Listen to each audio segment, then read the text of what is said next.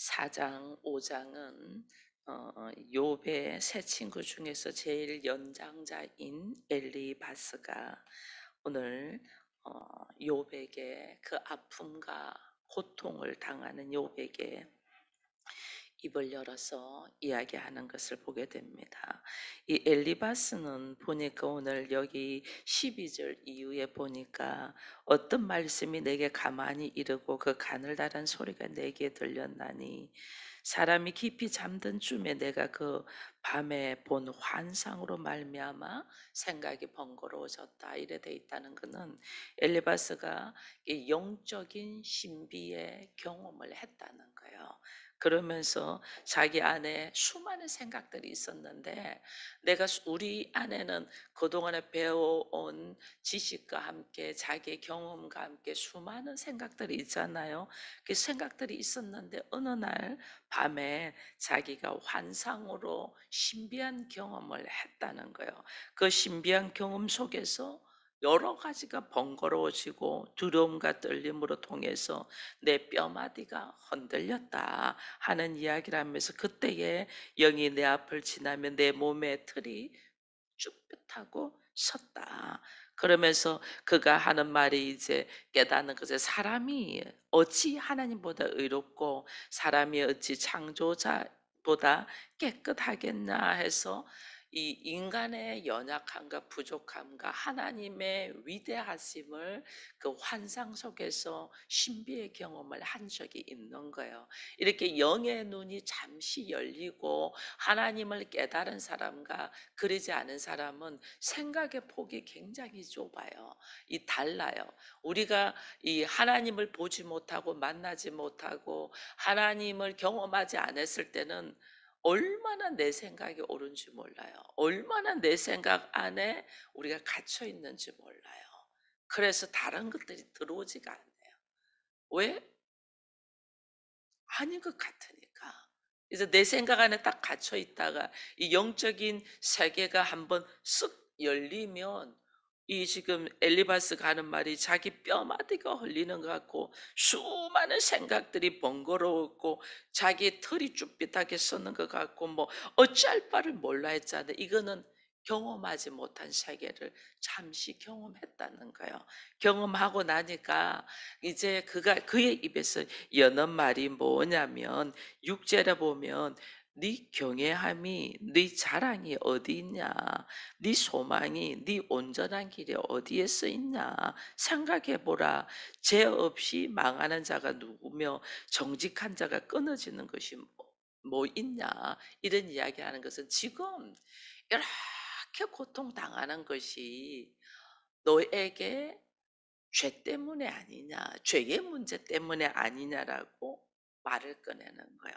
말을 꺼내면서 하는 말이 내가 보건대 자기 생각으로 보건대 그나마 신비의 세계, 그나마 영적인 세계를 조금 경험한 엘리바스가 보건대 악을 밭 갈고 독을 뿌리는 자는 그대로 거둔다. 이게 뭐냐면 뿌리는 대로 거둔다는 거예요. 인과응보의 원리. 뿌리는 대로 거둔다. 이거요.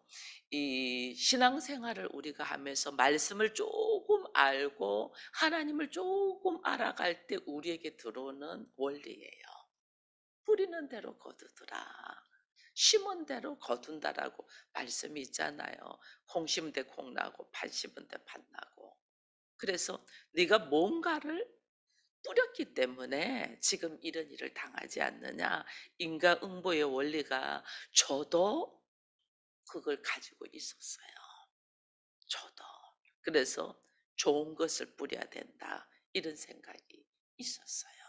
저도. 그것도 나름대로 열심히 신앙생활을 할 때.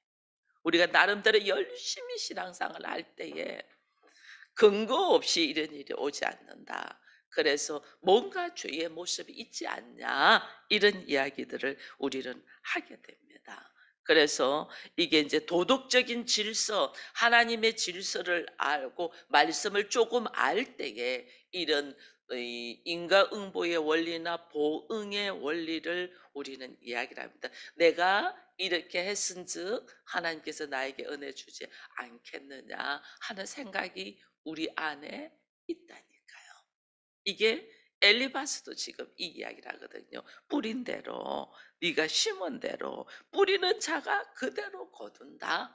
이거는 뭔가 내가 하나님 앞에서 뿌린 것이 있다. 죄의 뭐 지금 이렇게 거두는 것은 지금 이렇게 네가 재산 다 잃어버리고 자녀 다 잃어버리고 네 몸에 온 종기로 말미암아 죽을 것 같은 고통에 있는 거는 이유 없이 근거 없이 오지 않는다. 너가 그런 행동을 하지 않았어? 이걸 지금 이야기하는 게. 이게 돌아봐. 이 이야기를 하면서 나름대로 그가 하나님의 이 통치의 방법을 좀 안다는 거죠. 좀 알기 때문에 이 보응의 원리, 인과응보의 원리를 턱 건들고 나오는 거예요. 그렇게 나오면서 그가 하는 것이 이제 뭘 이야기하냐면 이 5 장에 가면 이런 이야기를 합니다.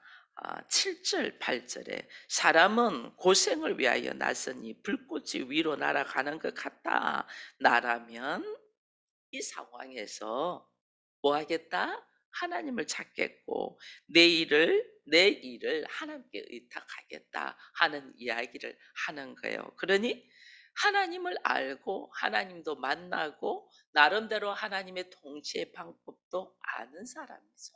그죠? 아는 사람이니까 이 고통 속에서 이 아픔 속에서 나라면 하나님을 찾고 내 인생을 하나님께 맡기겠다라는 말을 하는 거예요. 그렇게 말을 하면서 그가 또 한 가지 더 이야기하는 것이 뭐냐면 17 절에 보면 이런 이야기를 합니다. 5장 17 절입니다. "볼지어다 하나님께 징계받는 자에게는 복이 있나니 그런즉 너는 전능자의 징계를 없이 여기지 말지라. 하나님은 아프게도 하시다가 싸매기며 상하게 하시다가 그의 손으로 고치신다." 우리가 너무 잘 아는 하나님이잖아요. 그죠? 하나님은 높게도 하고 낮추기도 하고 하나님은 이렇게 아프게도 하고 싸매시기도 하고 하나님이 상하게 하시다가도 치료하게 하신다. 우리가 하나님을 너무 잘 알아요. 그래서 이 엘리바스도 하는 이야기가 "이거 하나님 징계야."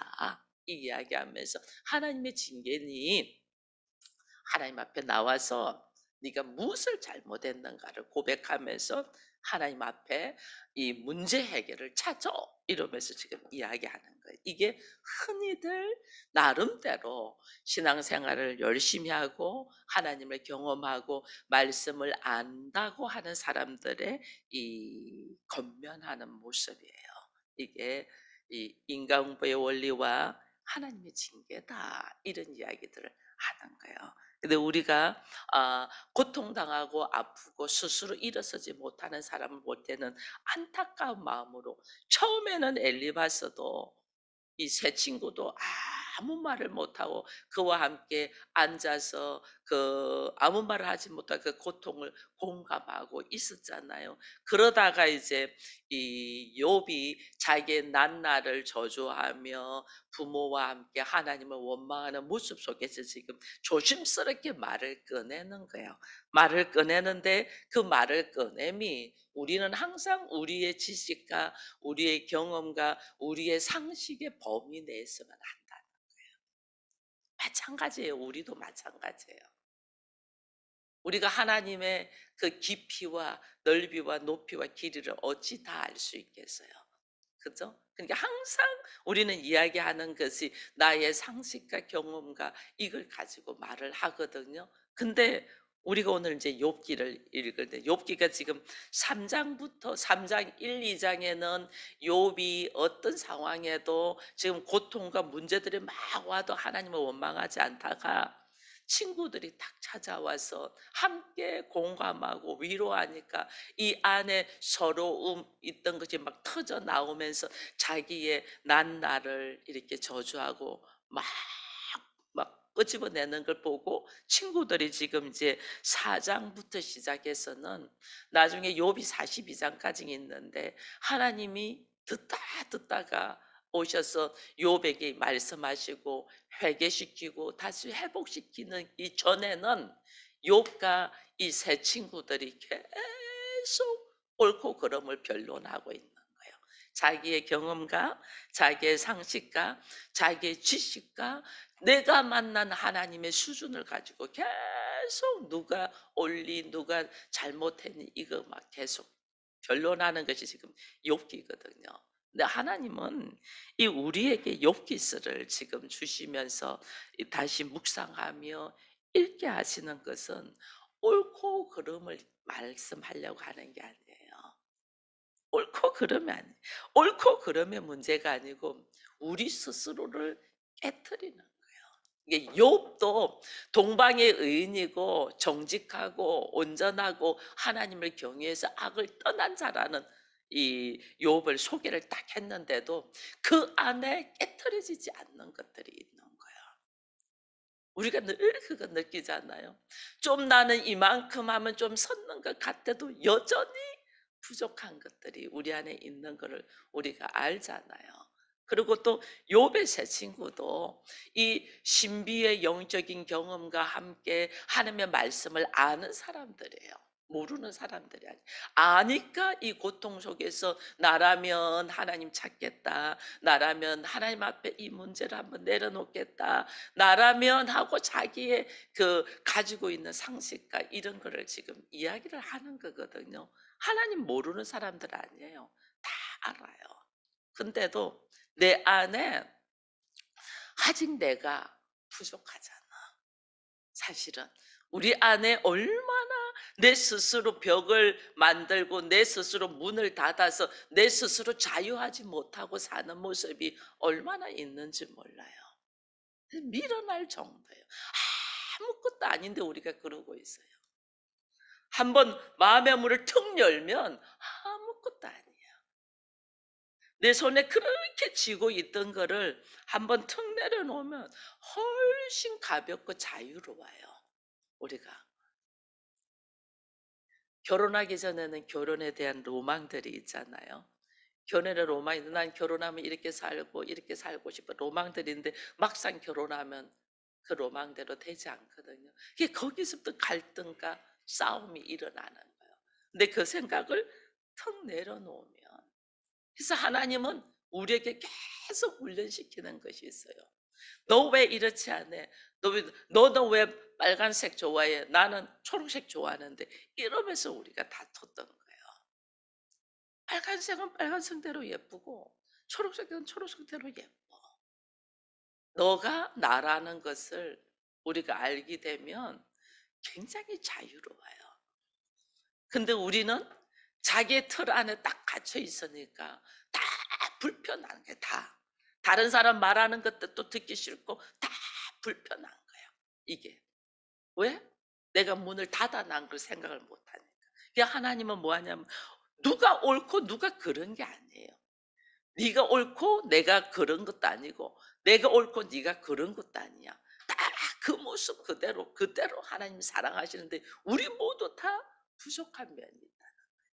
우리 모두 다 왜? 하나님 앞에서 우리가 얼마나 연약한 존재고 한계가 있는 존재잖아요. 그걸 빨리 깨달아요. 다 부족한 가운데 서로 잘하자고 하는 이야기들 속에서 의견의 차이가 있는 거거든요. 그래서 이게 옳고 그름의 문제가 아니고 오늘 나의 연약한 모습, 나의 한계가 있는 모습 속에서 하나님이 자기 이해 안에 딱 박혀 있는 우리를 뭐하자? 깨트리려고 하시는 거예요. 내가 경험한 것. 그러니까 내가 경험한 것 너무는 모르잖아요. 우리가 내가 눈으로 본 건 너무는 몰라. 내가 경험한 건 너무는 몰라. 결혼하기 전에는 결혼이라는 것이 뭔가를 몰라. 그래서 결혼에 대한 로망을 막 가지고 있어. 자녀를 낳기 전에는 자녀를 낳음으로 하나님이 나한테 왜 자녀가 선물이라고 했나 말을 알지 못해. 왜 우리는 선물하면 그냥 우리는 다 선물은 좋은 거, 나에게 좋은 걸 준다고 생각하잖아. 이 선물이라는 단어를 우리는 자기 수준으로만 이해를 한다. 근데 이 선물은 나를 나되게 하기 위하여 자녀를 통하여 하나님이 얼마나 내가 나를 내려놓게 해요. 왜? 그 자녀가 나하고 똑같은 모습이거든. 내가 고집 피울 때는 그것이 잘못되었다는 것을 생각하지 못했는데 자녀가 막 고집을 피우고 있어. 아, 저거 좀 이렇게 하면 좋은데 지 고집 피우면서 안 하잖아요. 그때 보면 답답함이 있고 속상함이 있잖아요. 근데 그 모습이 나라는 거는 생각을 안 하는 거예요. 내가 지금 그러고 있다는 걸 생각을 안 하는 거예요. 그 다른 사람이 볼 땐 나를 보고 아, 답답하고 아, 좀 속상한 거 있는 거 이거 생각 못 하는. 왜 너 나한테 그렇게 생각해만 생각하는. 그래서 자녀는 나를 보게 하는 거울이면서 하나님은 나를 나되게 하는 선물인 거예요. 그게 자녀를 낳아보고 자녀를 양육하면서 깨닫는 거예요. 그걸 깨닫는. 그리고 우리가 나이가 이렇게 들어서 이제는 어미가 되고 아비가 되기 전에는 어미와 아비의 마음을 이해를 못 하잖아요.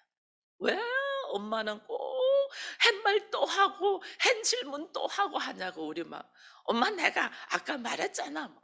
우리 젊었을 때는 그랬거든요. 근데 내가 나이가 들어보니 한 말 또 하고 또 물어보고 그러놓고 또 한 번 더 그랬지? 이렇게 또 한 번 더 확인시키고 그럼 젊은 애들 막 미치려고 하거든. 내가 나이 들어보니 그러고 있더라는 거예요. 그래서 어미를 이해하고 아비를 이해하게 되는 거죠. 이 우리가 경험하지 아니하고 그 자리에 가보지 않으면 도저히 깨닫지 못하는 우리는 부족함과 연약함과 한계가 있다는 존재예요. 그 한계가 있는 우리를 그래서 하나님 뭐 하냐면 나의 자기 이해로 딱 굳어져 있는 것들을 깨뜨리기 위하여. 욥기는 그거예요. 얼마나 자기 생각 안에 갇혀 있는 것을 깨뜨리기 위해서 하나님이 온전하게 하나님을 경외하는 욥을 사단이 시기하잖아요. 여러분 그래서 우리가 자녀들도 어릴 때 너무 예쁘잖아요.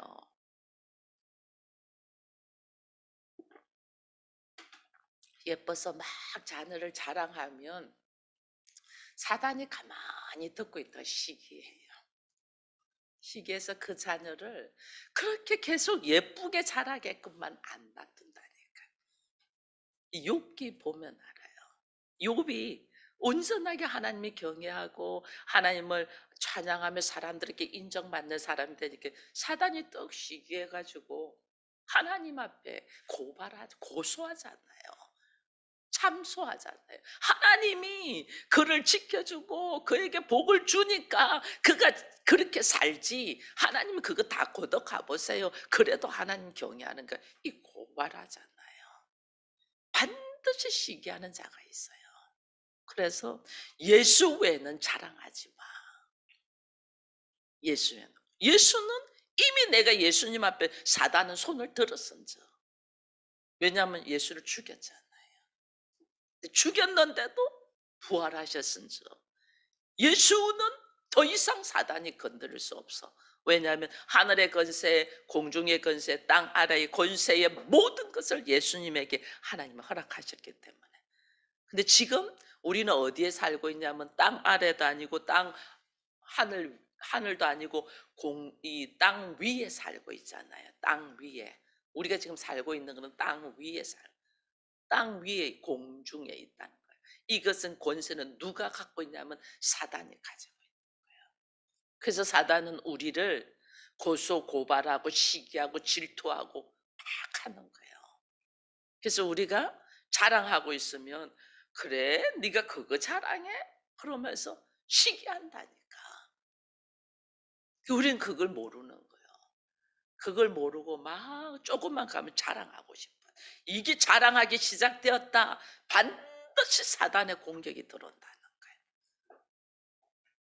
이 우리의 영적인 세계를 모르기 때문에.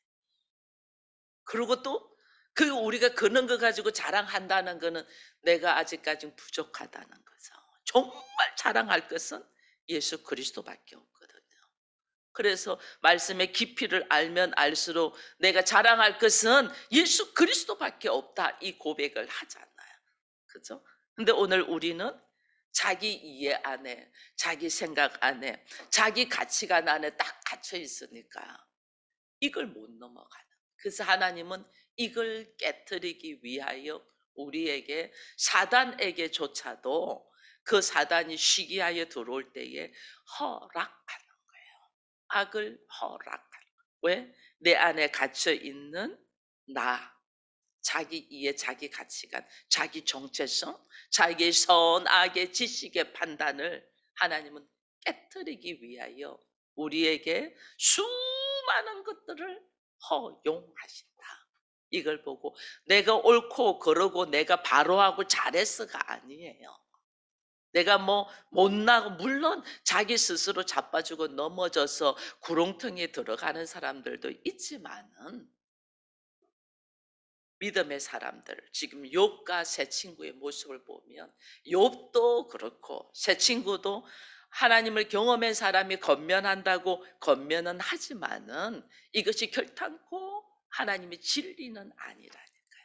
하나님은 우리로 하여금 우리의 가치관, 나의 어리석은 선악의 지식의 자아, 이 정체성을 안에서 멈춰버린 나를 깨뜨려서 그 너머의 세계, 그래서 어떤 상황에도 우리가 자유할 수 있는.